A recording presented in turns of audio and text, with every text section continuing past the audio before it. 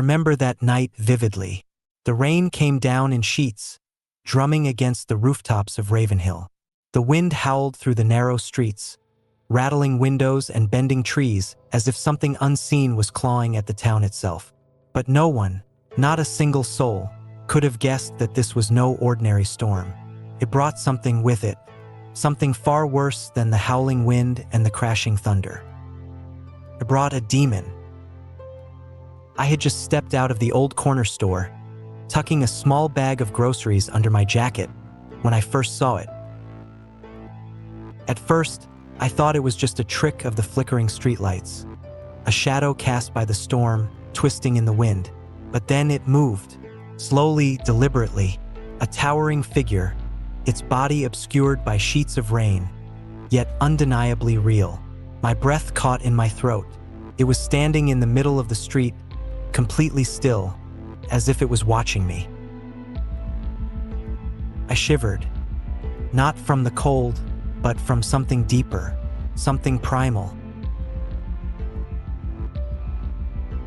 Lightning flashed, illuminating the street for a split second. That was when I saw it clearly.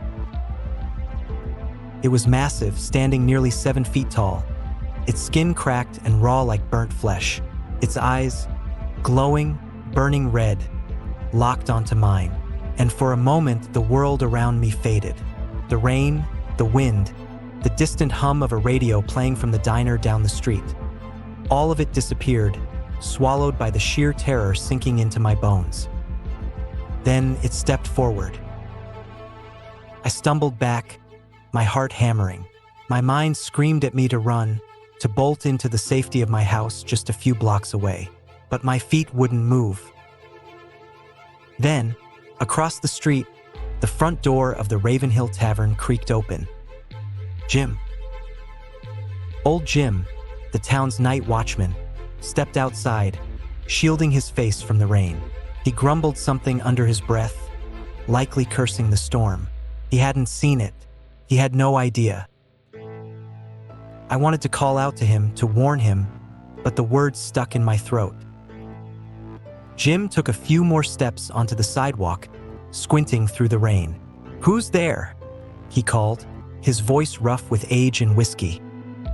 The thing didn't move, not at first. And then, in an instant, it was no longer standing in the middle of the street. It was right behind him. Jim barely had time to turn before a massive clawed hand shot forward, piercing straight through his chest. A sickening crunch filled the air as blood splattered across the pavement. Jim let out a choked gasp, his eyes wide with shock, before his body went limp. I wanted to scream, to run, to do something, anything, but I was frozen, paralyzed by sheer horror. The creature slowly pulled its hand free, and Jim's lifeless body crumpled to the ground. Blood pooled around his feet, mixing with the rain. The thing turned its head toward me. Knew I was there. The streetlights flickered, and for a brief moment, its face became fully visible. Torn flesh, exposed muscle. A grin stretched far too wide across its decayed face, revealing jagged, yellowed teeth. And then it let out a sound, a low, guttural laugh, inhuman and wrong, the kind of sound that didn't belong in this world. I ran. I don't even remember my feet hitting the pavement. I don't remember the turns I took, or how many times I nearly slipped in the mud. I just ran. The wind screamed past my ears, but I could still hear it. That laugh. That horrible, inhuman laugh, chasing me through the storm. Screams tore through the storm, shrill and desperate. They came from all directions, layering over the howling wind like a twisted symphony of agony. I kept running, my feet slapping against the rain-slick pavement, my lungs burning with each breath. But no matter how far I went, the cries of terror never faded. When I finally turned back, my town, my home, had become a slaughterhouse. Bodies littered the streets, their forms grotesquely twisted, torn apart in ways that defied comprehension. Some had been ripped in half, entrails spilling onto the pavement, steaming in the cold rain. Others were flayed open, their rib cages cracked wide as if something had clawed its way inside. Blood mixed with the rain, creating dark rivers that flowed down the curbs, pooling in the potholes like miniature lakes of death. And then I saw it. The demon. It stood at the center of the carnage, its towering form drenched in blood and rain. Its claws dripped with flesh, long, jagged things that seemed to pulse with a sickly black energy. The wind whipped through the town, but the creature's tattered flesh didn't move like fabric. It writhed, like something alive beneath its own rotting skin. Its jaw unhinged, stretching open far beyond what was humanly possible, revealing row upon row of jagged, uneven teeth. They weren't just for biting, they were for shredding, for ripping through muscle and bone with sickening efficiency. The demon let out a low, guttural noise, a sound that made my stomach twist, a chuckle, deep and vibrating, as if it was amused by the destruction it had wrought. Then it moved. One of my neighbors, a man I'd seen countless times but never really spoken to, staggered from a wrecked car, clutching his side where blood poured freely. He didn't see the demon. He was too dazed, too injured. He only managed a few steps before it was upon him. Couldn't look away. The demon gripped the man's skull with one massive clawed hand, lifting him as if he weighed nothing. The man gasped, his eyes wild with fear, hands clawing uselessly at the unholy flesh wrapped around his head. The demon didn't crush his skull. No. Peeled.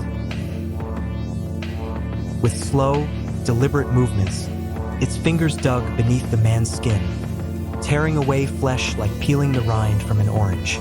The man's screams became garbled as his face. His entire face was ripped away in one smooth motion. Bone gleamed beneath the rain, and he let out a single, choked sob before his body convulsed and went limp. The demon tilted its head, as if admiring its work, then dropped the lifeless husk into the street. The man's face, a grotesque, blood-soaked mask, still dangled between its claws like a discarded rag. And then it kept going. A mother and her young daughter tried to run, slipping and stumbling in the downpour. The mother shoved the child ahead of her, urging her to move faster, but the demon was faster. It lunged, claws slashing through the mother's back with a sickening rip. She didn't even have time to scream before her spine was severed, her body crumpling to the ground in a heap. The little girl shrieked, frozen in terror. The demon loomed over her. I wanted to look away. I should have looked away, but I couldn't. It knelt, bringing its grotesque, decayed face level with the child. The burning red eyes flickered, reflecting her tiny, terrified form. And then it spoke. Not in words, not in anything comprehensible, but in a whisper, a voice that slithered into my mind like 1,000 writhing insects crawling beneath my skin. The girl collapsed. I didn't know if she was dead, or worse. The demon rose once more, turning its burning gaze to the rest of the town. And then it continued its slaughter. A man tried to barricade himself in a shop, only for the demon to punch through the wall as if it were made of paper. He had no time to react before it dragged him out by his legs, slamming him repeatedly against the pavement until he was nothing but a broken, twitching mess of shattered bone. A group of people hid inside a gas station, praying it wouldn't find them, but the demon didn't need to see, it could smell them. It tilted its head, inhaling deeply, and then smashed its fists into the building. The walls collapsed inward, crushing those inside under a cascade of debris and shattered glass. One woman crawled from the wreckage, blood pouring from a deep gash in her forehead. The demon picked her up by the throat, lifting her high above the ground. For a moment, she seemed to struggle, kicking, clawing, fighting for life. And then the demon did something worse than killing her. It breathed. A thick, black vapor poured from its mouth, seeping into her nostrils, her eyes, her very skin. The woman convulsed violently, her veins blackening, her pupils dilating into bottomless pits of darkness. She screamed, but it wasn't her scream anymore. It was the demon's laughter, pouring from her mouth, from her lungs, from deep inside her. She was hollowed out, her soul eaten away until all that was left was an empty, mindless shell. The demon dropped her, and she twitched, her limbs contorting unnaturally, her mouth still stretched in an endless, soundless scream. And then, as if satisfied, the demon moved on. More screams filled the night. The demon was hunting, and Ravenhill had become its feeding ground. We were trapped. Outside, the demon roamed freely, its towering figure moving through the ruined town like a nightmare given form. The wind had died down, but the air remained thick, suffocating. The storm wasn't over, it was merely watching, waiting. In the dimly lit remains of the bookstore, we huddled together, 5 survivors in a town that had become a graveyard. There was Parker, a historian with sharp, intelligent eyes that gleamed even in the dark. Tommy, the little boy who hadn't spoken since his mother was torn apart before him. Sarah, a woman with a blood-stained crowbar clenched tightly in her trembling hands. Ethan, barely out of his 20s, shaking so badly he could barely hold the fire axe he had found. And then there was me. I had seen the demon's work firsthand. I had watched it peel the face off a man like it was nothing, and I knew deep down that none of us were going to make it out of this alive. Unless we found a way to stop it. That was when Parker spoke. His voice was low, but there was something in his tone, something grim, something terrified. "This has happened before," he murmured, his gaze flicking between us. I frowned. "What do you mean?"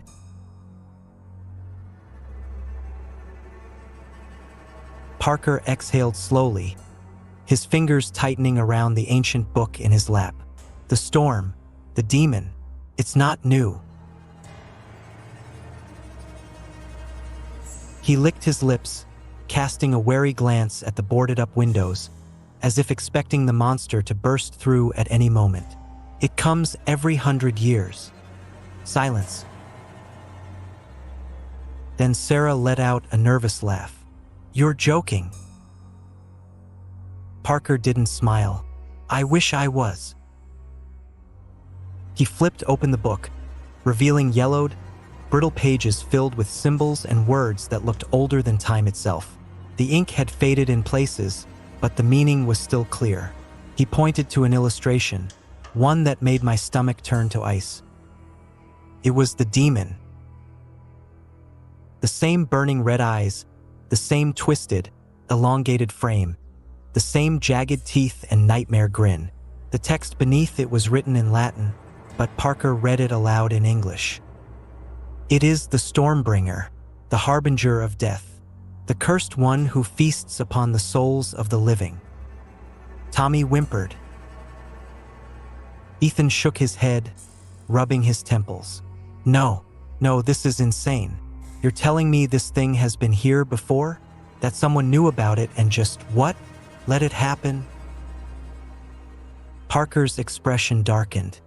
"No one let it happen. They tried to stop it, and they almost succeeded." I swallowed hard. Almost. Parker turned the page. The next illustration showed a circle of hooded figures, their hands raised, surrounding the demon. In the center of the circle was something small, a child. The text beside it was faded, but the meaning was clear. The ritual binds the beast, but it demands a sacrifice, a pure soul freely given. My stomach dropped. Sarah leaned forward, eyes wide. They used a kid? Parker nodded grimly. That's how they sealed it away last time.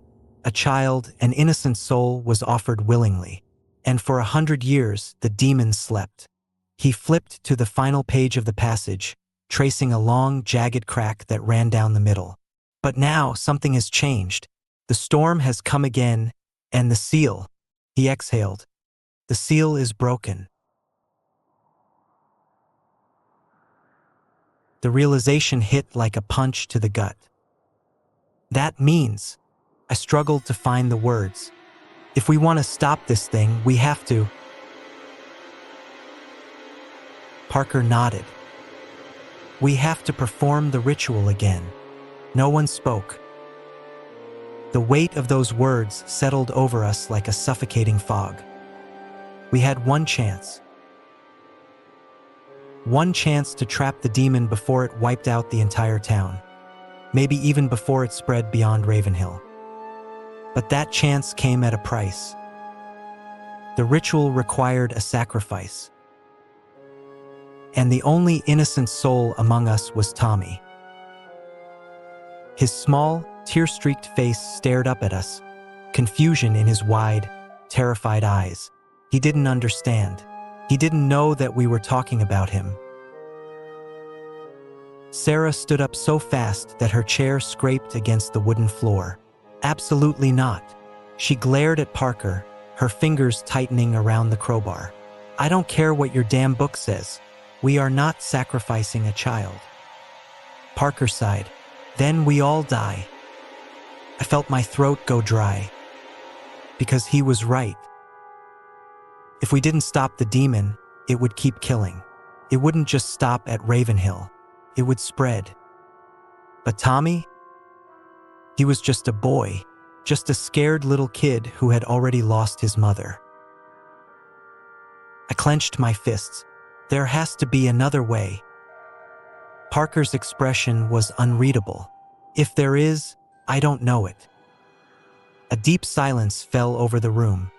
Then, boom! The walls shook. A sudden, inhuman shriek split the air, making my blood run cold. The demon was outside. It had found us. And we were out of time. We ran. The walls of the bookstore shook violently as the demon's shriek tore through the night. The boards covering the windows rattled. Dust rained down from the ceiling, and a deep, guttural growl echoed through the streets outside. We had no time to think, no time to plan. We just ran. Sarah was the first out the door, gripping her blood-stained crowbar so tightly her knuckles had turned white. Parker clutched the ancient book to his chest, his breath ragged, while Ethan practically dragged Tommy along, the boy's small legs struggling to keep up. I was the last to leave, my pulse hammering in my ears as I slammed the door shut behind us. But shutting a door wouldn't stop it. Nothing would.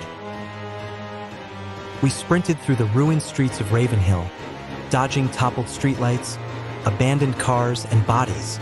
So many bodies. The rain had finally stopped, but the air was still thick with the stench of blood and decay. The town was dead. And we were next.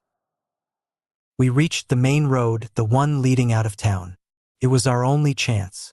If we could get to the highway, maybe, just maybe, we could escape this nightmare. But as soon as Sarah reached the edge of town, she collapsed to her knees, gasping for air. What the hell? She choked out, clutching her throat. Then Ethan tried. He stumbled forward, arms reaching desperately for the road ahead, only to slam into something unseen. It was like he had hit a wall of solid glass. He staggered back, clutching his shoulder, his face contorted in pain. "What the fuck was that?" he panted. Parker stepped forward and placed a cautious hand in the air. His fingers stopped mid-air, pressing against something invisible. A wall, no, a barrier, as cold and unyielding as stone. We were trapped. "There's no way out," Parker murmured, his voice hollow. That was when we heard it. A sound so wrong, so unnatural, it made my stomach churn. Laughter. Low and guttural, but undeniably amused. I turned, my body going rigid.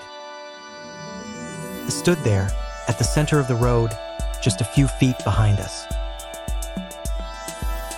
Its grotesque form was illuminated by the flickering streetlights, its raw, exposed muscle glistening. Its grin stretched impossibly wide. The demon hadn't chased us. It had let us run. Because it knew. It knew we had nowhere to go. Ethan lost it. He let out a choked scream and charged at the thing, raising his axe high. "Fuck you," he roared. I didn't even have time to warn him.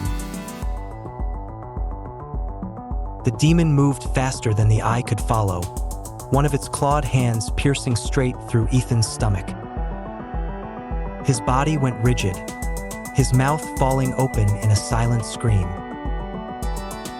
The axe slipped from his fingers, clattering uselessly to the pavement. For a brief moment, Ethan's wide, unblinking eyes met mine.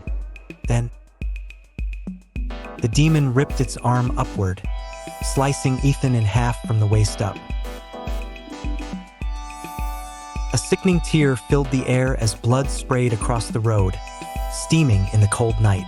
His body collapsed into two grotesque pieces, intestines spilling onto the pavement like wet ropes. Tommy screamed. Sarah staggered backward, her eyes wide with pure horror. Parker clamped a hand over his mouth, choking back bile. I felt my legs lock in place, my breath frozen in my chest. Ethan was dead. The demon turned its gaze to us, its blood-stained grin widening. It was playing with us. And we had nowhere to run. "We can't escape," Parker whispered, his voice shaking. "It won't let us."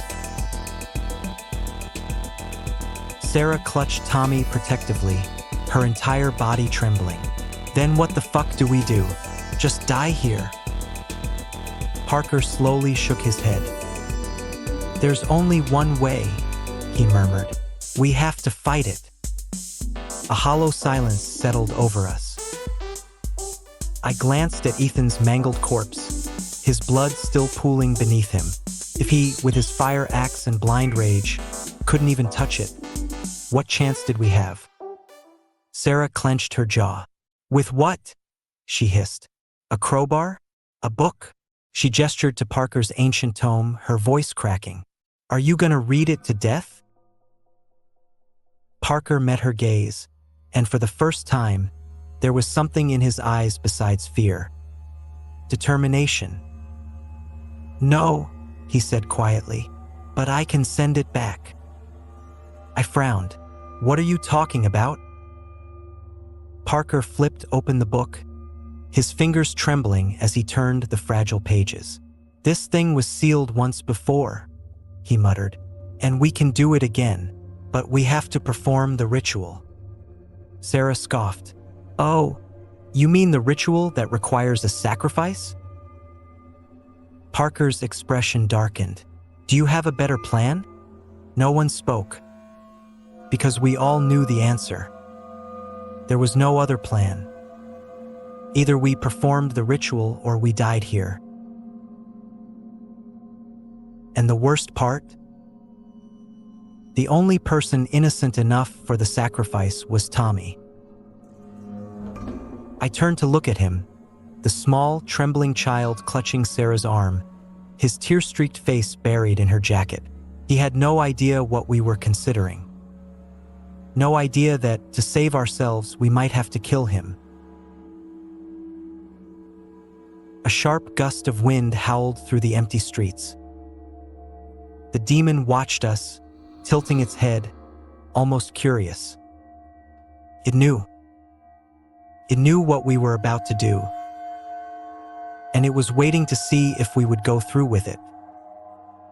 There are choices so cruel, so unbearably painful, that you wish you never had to make them. This was one of them. Parker stood in the dim light of the bookstore ruins, his fingers tracing the fragile pages of the ancient tome. His face was pale, but his voice was steady as he spoke.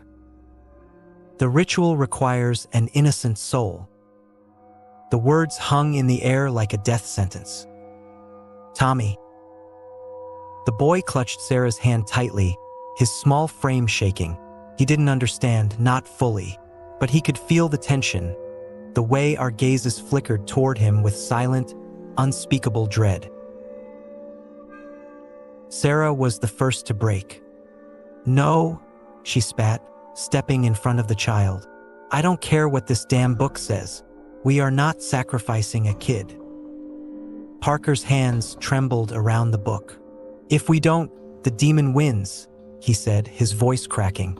"There won't be anyone left to save. Not us, not anyone beyond this town." Tommy whimpered. He knew now. I felt my stomach twist. I couldn't do it. I wouldn't. But then Parker did something none of us expected. He stepped forward, not toward Tommy, but toward the center of the room, and he placed the book on the floor. "I'll do it," he said quietly. We all stared. Sarah's breath hitched. "Wait, what?" Parker didn't look up. His fingers traced over the ancient symbols scrawled across the pages, and for the first time, I saw the truth in his expression. Parker had known this was coming. From the moment he read the book, from the moment we realized there was no escape. He had always known. "The book says the soul must be pure," Parker murmured. "It never said it had to be a child."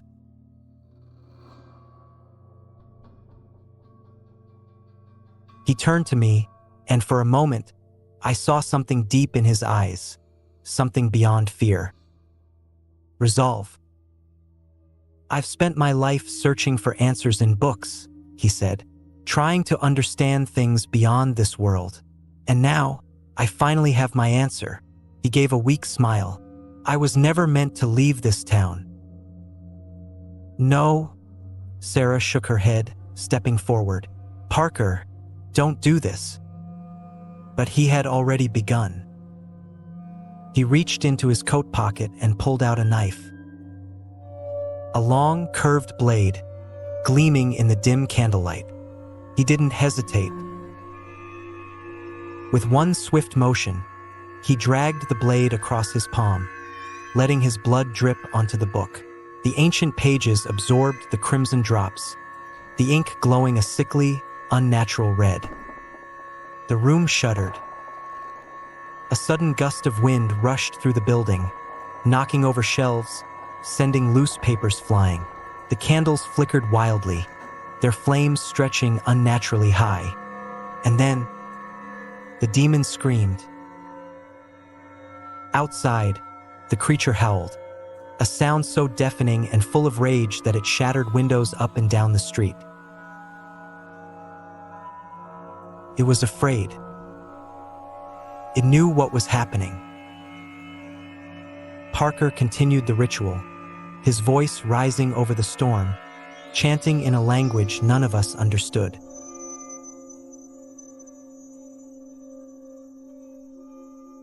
The floor cracked beneath him, glowing with symbols that had been buried beneath the wood for a century. The very air rippled, and suddenly, I could see them. Ghostly figures surrounding us, hooded and faceless. The spirits of those who had performed the ritual before. And then the demon burst through the door. The building shook violently, the walls splitting as the monstrous figure lurched forward, its burning eyes locked onto Parker. It lunged, but something stopped it. The moment its claw touched the glowing symbols, the demon recoiled violently, its flesh sizzling as if it had been burned. It shrieked, not in rage. Parker kept chanting, his body trembling, blood dripping freely from his hand. The symbols on the floor burned brighter, wrapping around him like chains of light. The demon thrashed, but it couldn't move forward. It was trapped. And it knew it. It howled again, its voice shifting, warping, until it became something else entirely. A plea. Don't do this. The voice that came from the demon's mouth was wrong. It wasn't deep, guttural, monstrous. It was human. It was Ethan's voice. Sarah gasped, her hands flying to her mouth. No, she whispered. I turned. Ethan's mangled corpse still lay in the street, exactly where the demon had left it. But this monster, was using his voice. It was mocking us. Parker, it whispered, its tone almost gentle, pleading. You don't have to do this. Parker hesitated.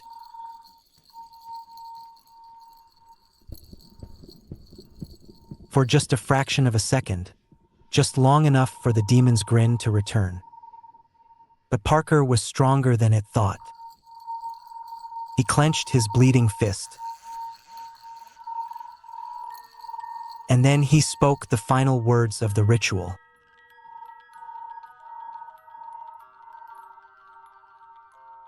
The light exploded outward, the force of it knocking us back.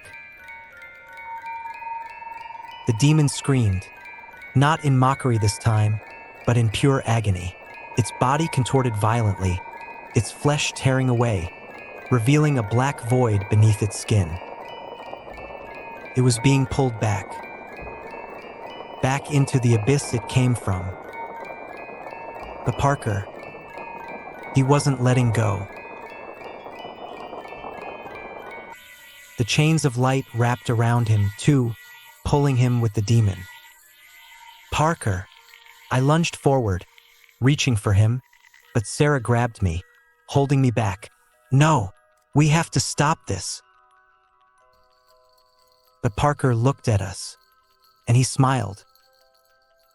It has to be done.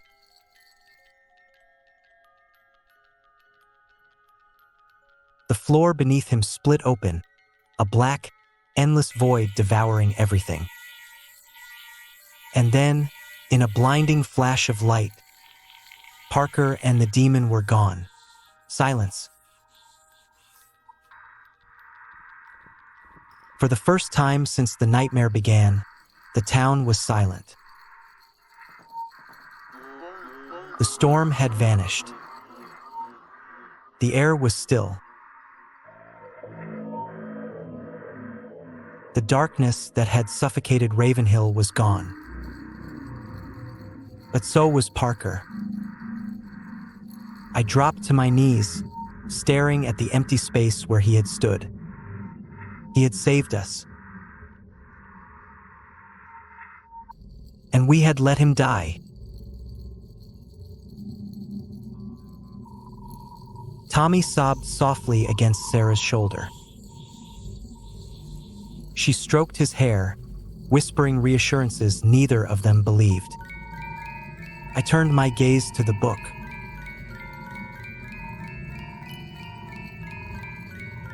The once glowing pages were now blackened, burned beyond recognition.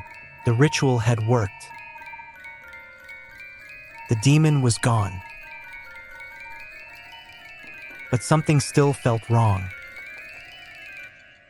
I glanced at the empty streets, the bloodstains, the ruined buildings, the bodies left behind. The demon was gone. But its curse, something told me it wasn't over yet. The silence didn't last long. The moment Parker vanished, the air crackled with something wrong. A lingering, unnatural energy that made my skin crawl. The ritual was supposed to be finished. The demon was supposed to be gone. But then the ground shook.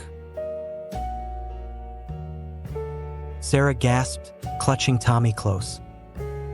The book, blackened and useless now, lay smoldering at my feet, and that was when I realized it wasn't over. A deep, guttural growl rumbled through the air, so low I could feel it vibrating in my bones. And then, from the shadows beyond the ruined buildings, something moved. The demon was still here. It hadn't been sealed away. It had only been enraged. It came at us like a storm, its grotesque form warped, twisted with fury. The monster that had toyed with us before was gone. This was rage incarnate. The streetlights shattered as it lunged forward, its claw ripping through the first survivor in its path. A man I didn't even know was still alive. His scream barely had time to leave his throat before the demon tore him in half, his body collapsing into a heap of steaming gore. It moved too fast, faster than before.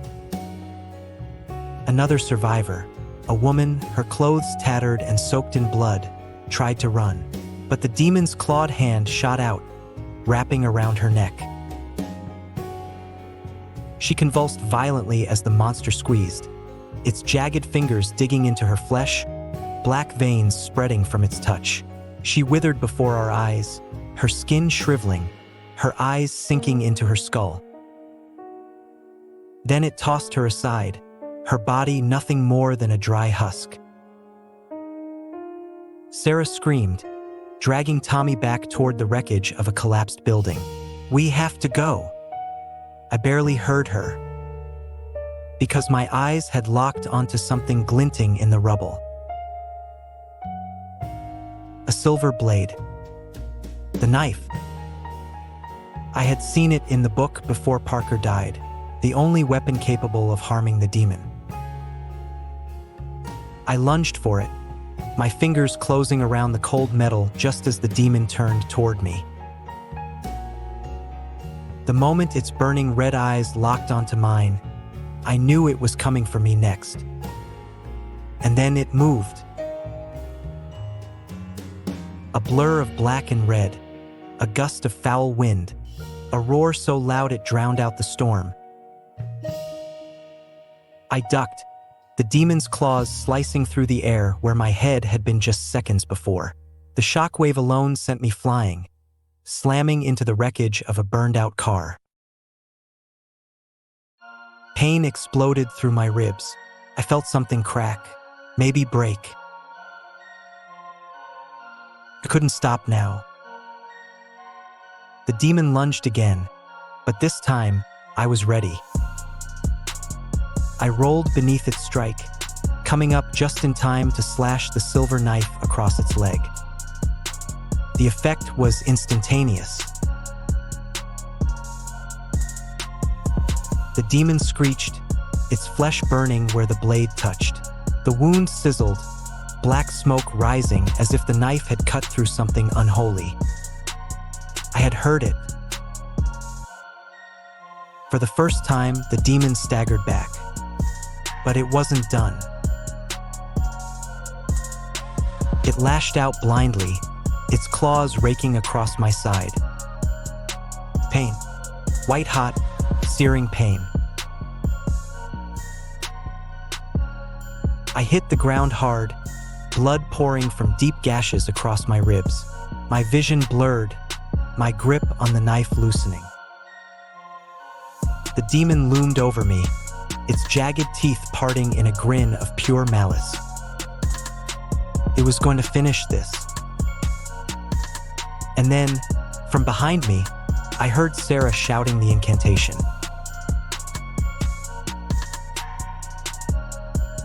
The ritual wasn't finished yet.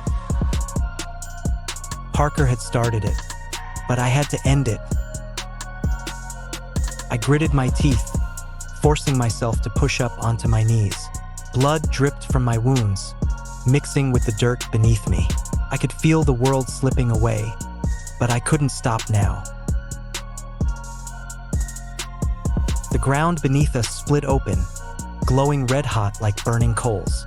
A portal, a gateway back to whatever hell the demon had come from. The demon knew it too. It thrashed violently, trying to resist, trying to cling to this world. I gripped the silver knife, using the last of my strength to drive it into the demon's chest. It screamed. A horrible, ear-splitting wail as its body convulsed, black smoke pouring from its wounds. The portal pulled harder, the very air twisting around us, distorting. The demon's form began to unravel, its body being torn apart. It clawed at me, its burning eyes filled with unbelievable hatred. This is not over. The voice wasn't human. It wasn't even of this world. But then, with one final ear-splitting shriek, it was gone. The portal snapped shut, the ground sealing over like it had never been touched. The demon was no more. I collapsed onto my back, my vision swimming. My body felt cold, my wounds burning like fire. Sarah was suddenly beside me, shaking me, her face pale with terror. "Stay with me. You're losing too much blood." I barely heard her. Tommy's small hands clutched mine. His face was tear-streaked, his lips mouthing something I couldn't hear.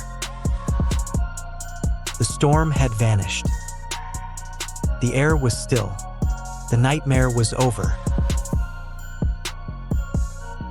But as I stared up at the sky, I felt something deep in my bones. A lingering wrongness. The demon was gone. But its whisper remained. This is not over. We thought we had won. The demon was gone. The storm had vanished. The air was still. But some things never truly disappear. By dawn, Ravenhill was a graveyard. Buildings stood in ruins, their walls blackened and broken. The streets were littered with corpses, bodies twisted in unnatural shapes, drained of life. Blood soaked the sidewalks, pooling in the cracks of the pavement. There was no one left. Just us, Sarah, Tommy, and me. We didn't speak as we walked through the desolate streets, stepping over what remained of the town we once called home. Parker was gone. Ethan was gone. Everyone was gone. And somehow we were the only ones still breathing. As we reached the edge of town, I stole one last glance over my shoulder. Ravenhill was dead.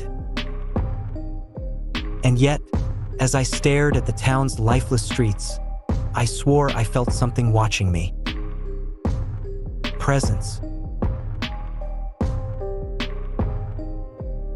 A whisper on the wind, but there was nothing there. So we left. We didn't look back. We drove for miles, as far from Ravenhill as we could get. The car was old, stolen from a wrecked gas station on the outskirts of town, but it ran. Tommy was curled up in the back seat, silent. He hadn't spoken since the night before. Sarah sat beside me in the passenger seat, clutching the book. That damn book. The one Parker had bled for, the one that had summoned things that should have stayed buried. "We should burn it," she murmured. I nodded. Yeah. We pulled off the road into a barren field, the sky above us still gray from the fading storm. I stepped out, grabbed a canister of gasoline from the trunk, and poured it over the book. The stench of fuel burned my nose, and I tossed a match onto the cover. The flames roared to life, but the book didn't burn. The fire licked at the pages, but they didn't char, didn't curl, didn't blacken. The flames died, leaving the book untouched. Sarah took a step back, her breath coming out in short gasps. "This isn't over," she whispered. A chill ran down my spine. I could feel it too.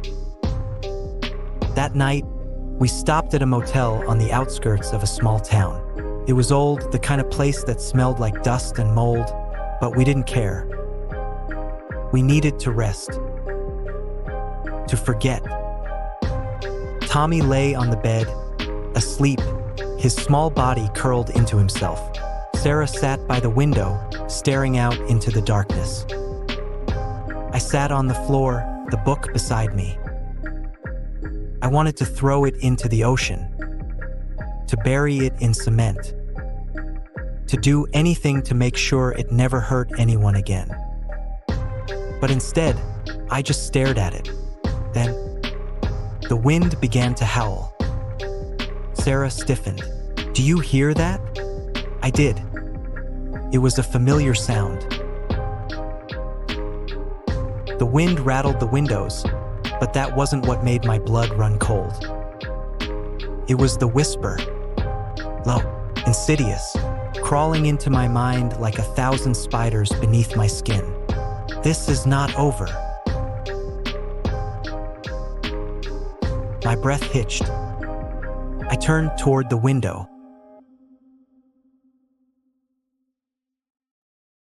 And in the reflection of the glass, I saw burning red eyes staring back at me. The demon wasn't gone. It never left. It was still here, still watching, still waiting. And this time, it was inside me,